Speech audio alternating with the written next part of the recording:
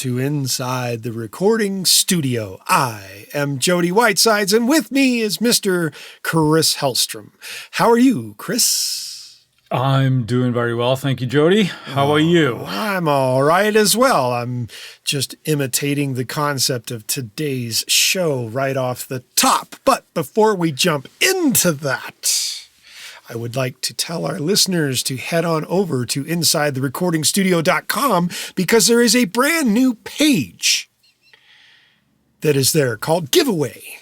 And that should be a dead giveaway as to what that page is. And right now there is just something fun to go see on that page. So I implore you, go to InsideTheRecordingStudio.com and click on the menu that says Giveaway, and you might enjoy doing what we ask, because there's a possible end result that might make you happy. So with that being said, yes, let's start thinking about jumping right off the cliff, thanks to Mr. Chris Bjorn, who gave us this kind of suggestion inadvertently, and talk about the concept of burnout. And by burnout, I don't mean a lack of work ethic. I do mean something entirely different. What do you think I mean, Chris? I think you're talking about this when you are so worked out, you have this severe fatigue. There's no joy in what you're doing anymore. There's no inspiration. It could be just a real lack of desire. And in the very worst case scenario, it can really make physical manifestations in your health where it's just not a good scene. So we like to think of that as burnout. And I think what's interesting in all that stuff that you just said, as you got to the tail end of saying it, you actually sound like you were burning out on just talking about it. That's just how good of an actor I am. Right? Well done, you. I think, but burnout is one of those things. It might sound like a very sort of trendy, topical thing to kind of talk about. We hear people about being burned out, and we're recording this during a pandemic, right? So we hear about burnout, but it is a very real thing, and I think it's also very prevalent in our industry, perhaps a little bit less talked about because of some reasons I think that we will pick up today. But it is a very real thing, and it's not good. And I think we've both been at the sort of receiving end of that, I think, on at least a couple of occasions. But sure. No, I've been on, not necessarily, I wouldn't call it like the giving end of it, but I've certainly been through it. My earliest recollection of burnout in regards to career would be music school. When attending, well, I attended two different music schools, but one of them I very distinctly remember in between semesters, as they were called there, coming home and not touching an instrument or thinking about music for 2 weeks straight. It's just like, I'm done. I don't want to think about this. I don't want to even look at an instrument. And then 2 weeks later, I'm back in full bore 24/7 kind of thing. So that was probably an early indication of some kind of burnout right there. Yeah. But you said something there, perhaps inadvertently. You said, because then I was back into it full bore 24/7. Yes. And I think it's that sort of mindset or mentality that gets us in trouble. Yes. And I think, it's part of this thing that we really, really enjoy what it is that we're doing. So it's exciting to get to do this, not only as a living, as we're fortunate enough to do, but even if it is sort of like a side gig or whatever, that we sometimes get this mindset that, well, I enjoy this so much, I should just be able to do it all the time. And then all of a sudden you hit, absolutely. I think, hopefully not everybody, but I'm sure a lot of our listeners can relate to that as well. Sure. Where it's like you work so hard, and then all of a sudden you hit a wall, and it's like, I can't do anymore right now. So Why do you think that happens? Besides the point of just enjoying what we do, why do you think that tends to be a prevalent thing in our industry? That's a good question. And I would think this is from personal experience of myself. So I don't know if everybody that hits this has the same personal experience, but I have a real strong tendency to focus with laser-like precision on something. And then it's almost like when they talk about blinders on, where the horses in the horse races have to have those things on their eyeballs so they don't see the horses to their side to side kind of thing. And for me, what ends up happening when I do that is I sit down, I start working, and I'm so laser focused on what I'm doing, I forget everything else. Yeah. Literally forget I forget to eat. Yep. I can work. I can just work from like 10 until 5, not eating, and then realize, oh shit, I'm hungry. And it's like, I better fucking do something about this. Cause then there's like the concept of like dinner should be a few hours later, but I've got to eat something cause I haven't had lunch yet. So, I can go extremely long periods of time, like laser focused on something. And it's not necessarily that it's a character flaw. It's just the way I was raised with a certain work ethic to get something done. And I had a father, still do at this point, who would also do certain things. And it was based more upon deadlines and the way he worked. Yeah. I think there's a lot to sort of unpack there that you talked about. Yeah. I'm sorry. I think no, it's okay.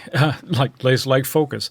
But I think you're right in that, because I've done the same way. You know, I was kind of laughing here where you said like you work through the day and you forget to eat. Oh yeah, that's common. I do that a lot. Now, this is not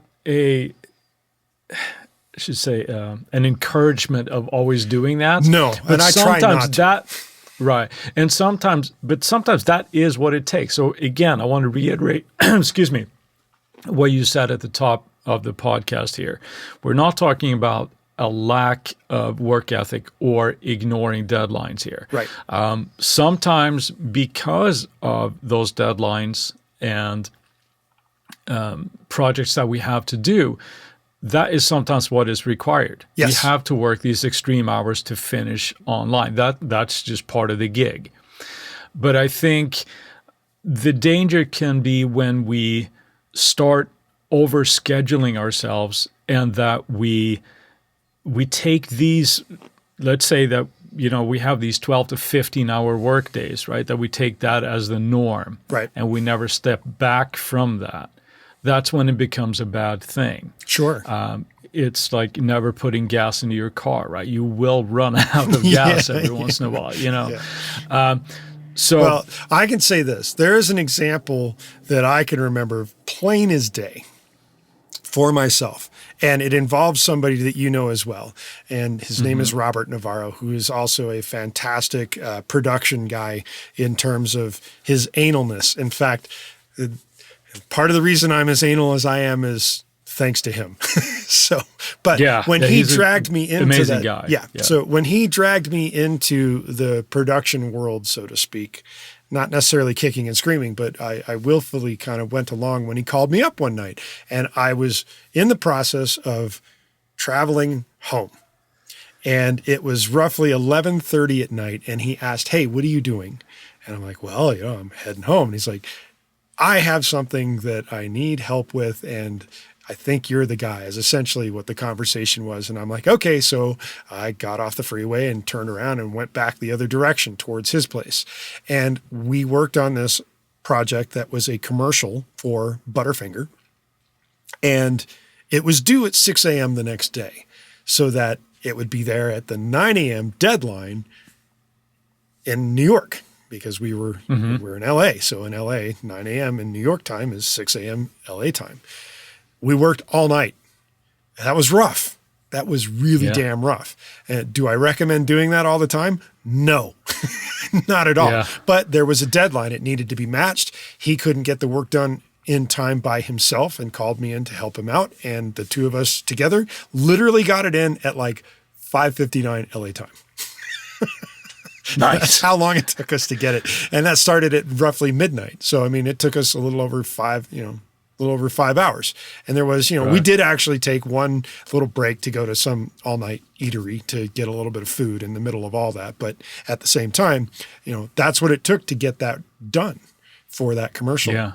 So do you think certainly don't want to do that. I don't like doing it, because especially staying up all night. It's just as fun and as mysterious and as sexy as that seems, it is hell on the physical condition the next day. Yeah, yeah. So it takes a while to recoup from that. But do you think that there is a sort of inherent glamorization of working those hours? I have to believe that it depends more upon the hours that you keep. Right? Because some people are okay with sleeping through the day and then they work through the night. They're just their schedule's on a different schedule. I'm not the best at sleeping through the day. When the sun is up, I like to be out and doing something. If it's, if I'm not working and I'm doing something, I want to be out doing something in the sunshine or playing ball or sports, mountain biking, rollerblading, skiing, pickleball, tennis, basketball, whatever it is. I like to get out and be physically active, especially during sunshine hours, because hiking in the middle of the night might be cool if the moon is out, but it's not so cool when it's pitch black. Yeah. No, I'm just coming from that, from sort of perhaps hearing those stories, where it's like, oh yeah, we had to work on this mix when we worked through the night, or we, you hear stories about, the days of yore where legendary bands might have been up and doing all sorts of substances and recording for 3 days straight, type of thing. Yeah, I can't even fathom that would result in anything that is technically usable. It's probably more hit and miss, but sure. Exile on Main Street. But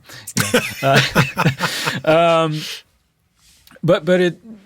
So I think that there's an inherent thing that comes along with that, and I think also that in our industry there's this always fear that since so many people want to work in this industry, that it seems like it's just like one phone call away from you losing your job, wherever that might be.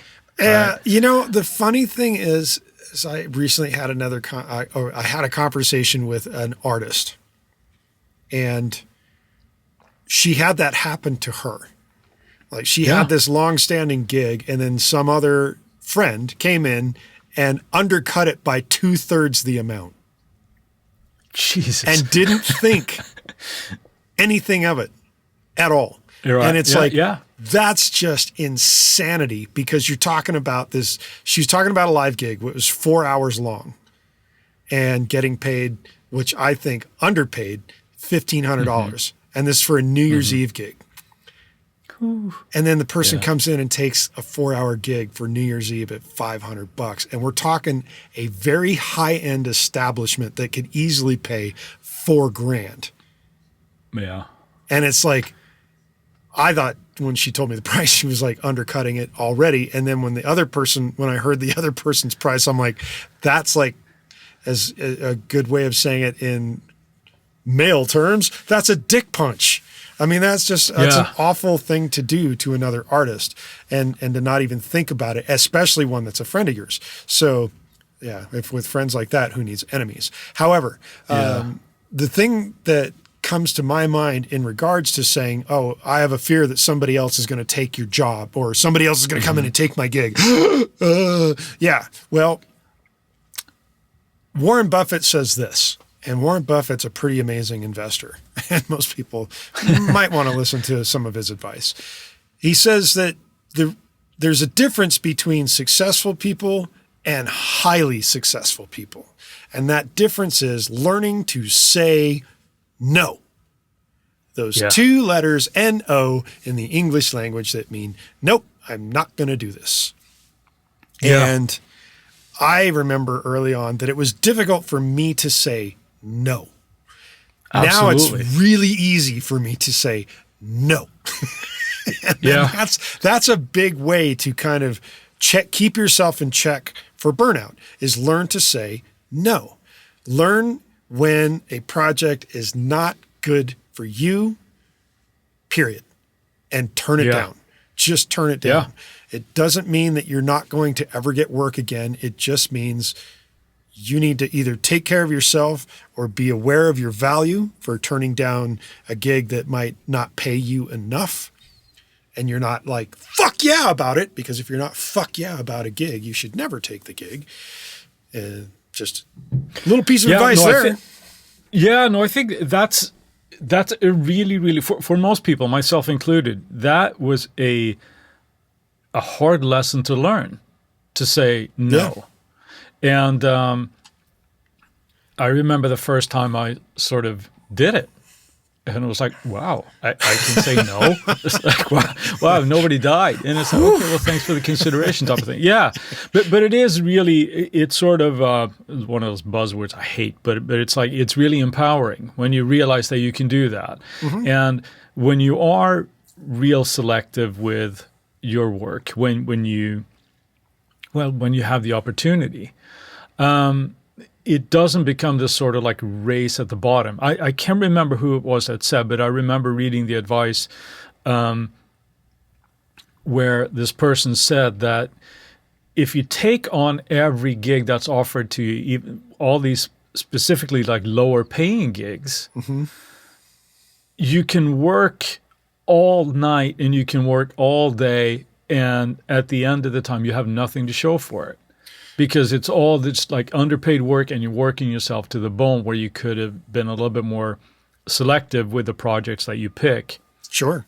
And have ultimately a better product for it, type of thing. So learning when it's the right gig to take is an important one as well. Right. And the interesting thing about that is that comes into the scheduling concept of yourself and your business, of what you're doing, is which the person who inspired this particular episode told me that he was going to take the second half of the month off, and then all of a sudden he's not taking the second half of the month off.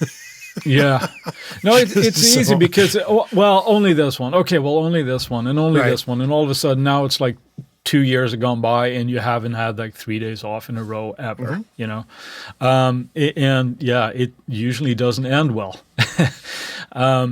So learning to be selective, I think it's a fine line to balance, and it's a hard one to learn for most people, I think. Yeah. And of course, when we start out, there are, not everything is going to be a great paying gig. You do have to sort of learn and things and do, but if you're constantly thinking about, this is a low paying thing, but I got to pad my resume. Sure. Yeah, you can work your whole career just padding your resume and you're still not getting paid anything, Yeah. So, I mean, it sounds harsh, but you have to draw that distinction of what it is that's worth to you. That's very real. It's the same adage as, when people or venues ask bands to play, well, we can't pay you, but it'll be good exposure. It's like, well, for what? Hey, I'm having a backyard party. Yeah. And I need somebody who can serve the alcohol and the food. It'd be great exposure for you to come promote your business at my backyard party. Why I oughta. Yeah, I know. Yeah. So, don't overschedule yourself either. Right. I think is a really, really important one as well. Well, and one thing we've kind of touched on a little bit is the perception of the fact that we actually enjoy what we're doing most of the time. Like, I would say, based on my ability to say no, I'm enjoying myself probably 98% of the time. Sometimes I'm not enjoying what I'm imposing upon myself, but that because of that, I shouldn't take any breaks. I should just work my ass completely off all the time, which is a bad concept, and we touched on that a little bit, but I just wanted to reiterate that it's like it's true, because that is just nonsense, and sometimes it's perceived also from the outside, right? Well, people go, well, you just do this. Well, it seems like I just do that, but I might not be out digging ditches, but I am also. When was the last time at your job you were sitting in laser focus for 10 hours straight? So it I'm not complaining here, but I'm just dealing with the realities of what it is that you're just because you enjoy what you do it doesn't mean that you don't deserve a break, and it doesn't mean that you don't deserve to get paid for your services or take time to eat. Or take time to eat. Yeah. So with that, should we go to break let's here, take perhaps? a quick little break with a word from our sponsors. All right, and we're back. Right now, I would like to say that one of the few times if I've taken on a job and there's some kind of crazy deadline, and I mentioned this already earlier in the first part of the podcast that I have done this in the past, that's usually the only time I'm really going to make sure that I'm not taking breaks unless it's like absolutely necessary. Sometimes when you're on a deadline and it has to get done, you need that laser focus. Now, you might start tapering off, especially if you're trying to work all night to do it. It's a really good idea to take a couple of breaks here and there, take a breath, step up, or stand up, step back kind of thing. Yeah. So that you can kind of relax and maybe jiggle yourself about, get a cup of tea or coffee, or if you're into Mountain Dew Extreme or whatever they call it, or Jolt Cola or whatever your favorite like caffeinated beverage is, an espresso in the middle of the night. Step outside for 5 minutes. Take a dig. Yeah, get some fresh air and take a nice deep breath and regroup yourself in the middle of all of this. And that's good advice to do anyway when you're laser focused, even in the middle of the day. But when you're on a hectic deadline, your drive and your desire can burn out over the course of the deadline if you're not taking little breaks. So. Yep. Yeah. I hear you. So how do we prevent this? Well, we already touched on taking breaks. Right? Taking breaks. Yeah, you have to take a break. Now, we're not just talking about, the small breaks that we might be saying, but you'll go get a cup of coffee or go get some air or whatever, but actually take time away from not working. And this is one that I struggle with as well, because I like what I do, but I have to make myself take one day off a week where, no, I am not working today. I'm not going to do that. And that's probably a minimum. Like a one day, it's probably not super healthy for me, but that's where I'm at the moment. I have to start with one day, because for years it'd be 7 days a week. Yep. Same boat.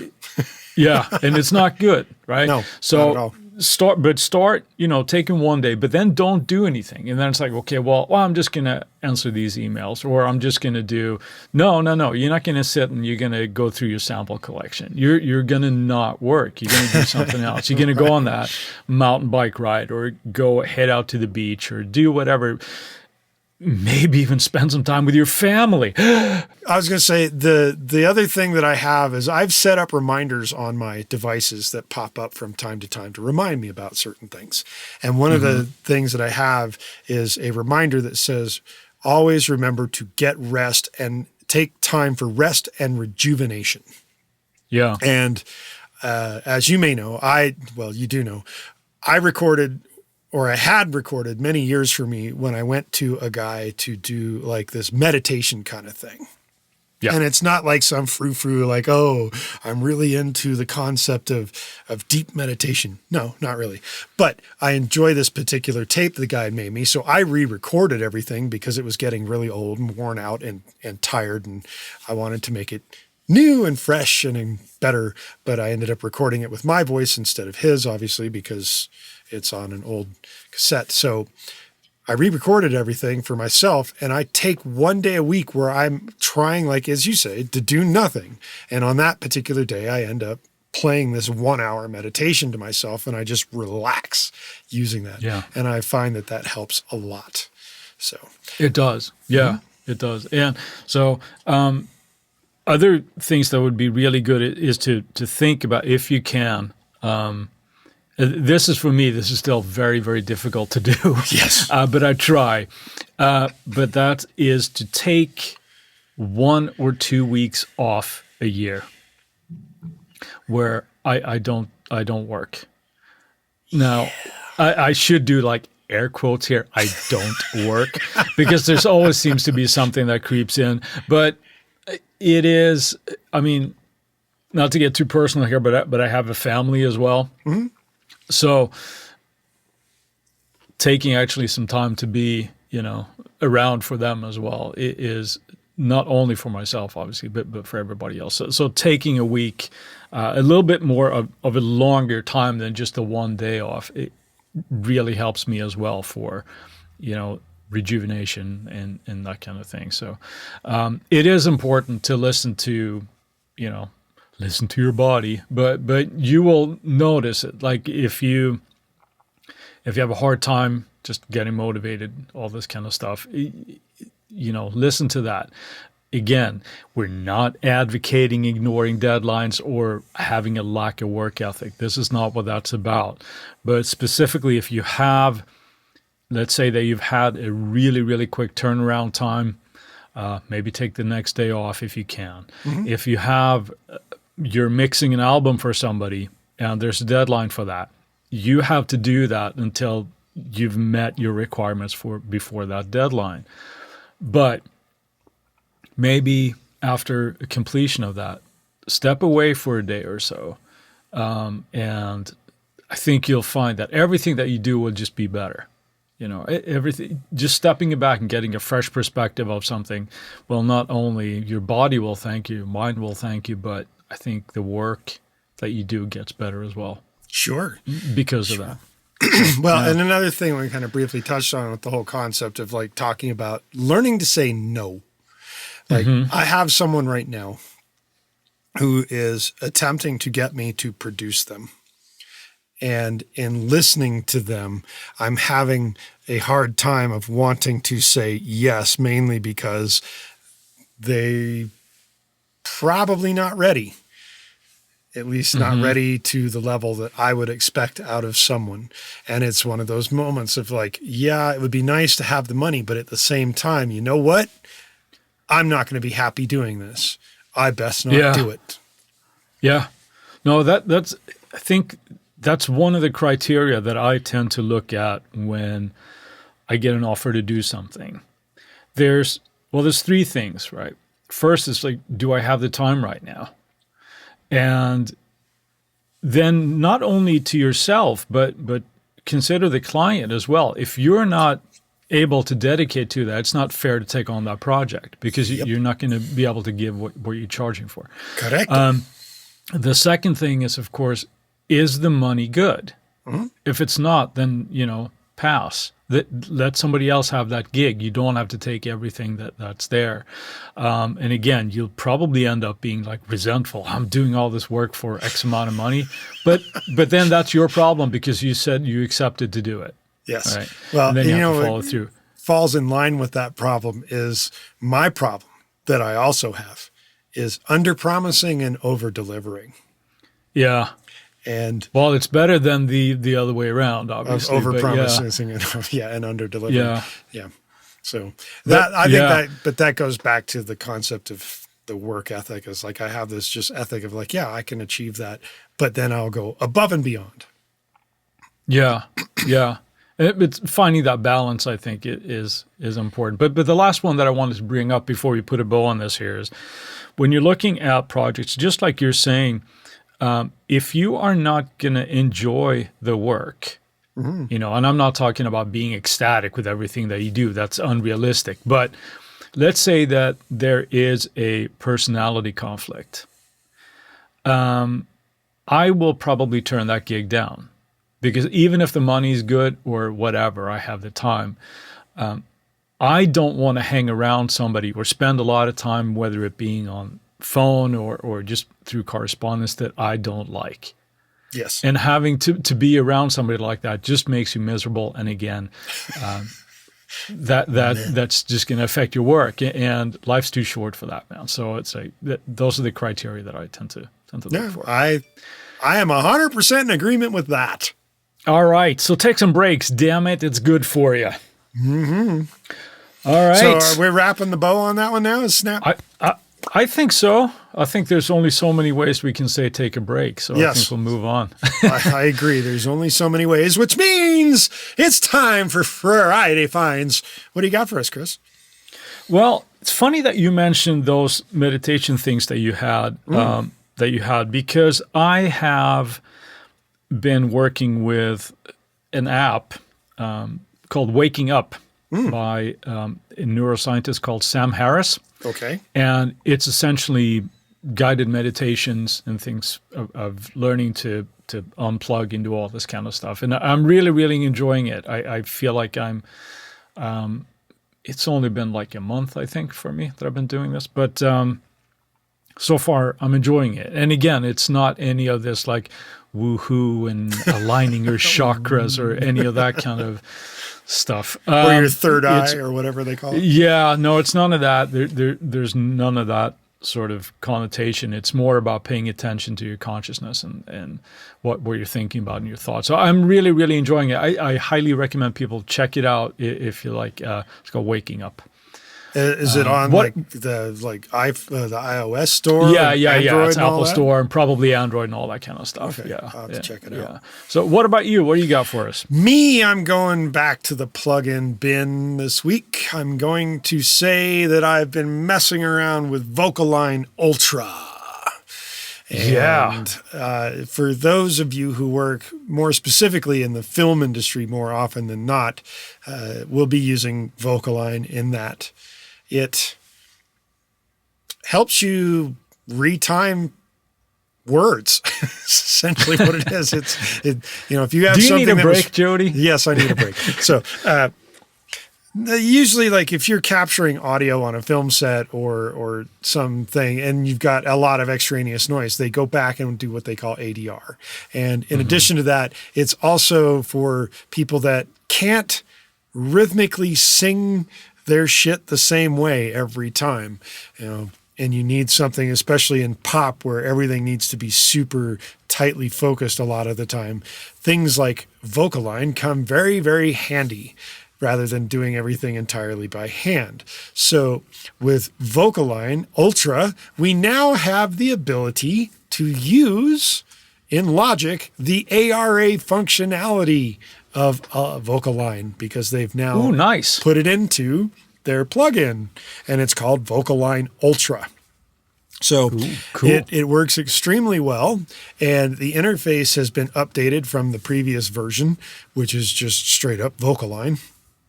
And now the Vocaline Ultra has a new interface to it, and it works a little bit different, but does exactly the same thing that it used to do, but it now allows you to do it in an ARA fashion, which means that if you put it into the first slot in Logic or any other ARA function capable DAW, you don't have to go and bounce out the audio and then bounce it out again and do all this crazy stuff. You only need to give it the guide track, give it the...